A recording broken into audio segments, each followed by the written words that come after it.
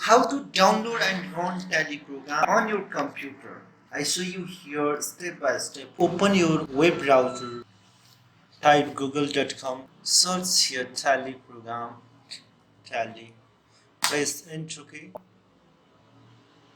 and click tallysolution.com official website of Tally. Click the down arrow of it and choose India. Click the download. Scroll and go to bottom of the screen. You will see here, do you want to download previous version, and click here and then choose your required version. If you want to download the Tally ERP 9, you choose from here. This is the Tally ERP 9. So click on it and this click install button. It's downloading in my PC. It take a little time to complete the process. Yes, process has been completed. Click here and you can see here download folder.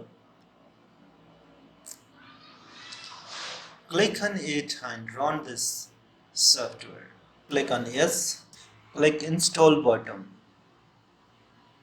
Wait a few times to complete the process. Yes, the process has been completed. Click on done.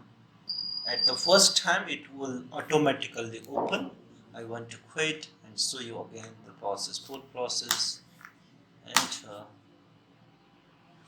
Yes, you will see here this is my Tally programs.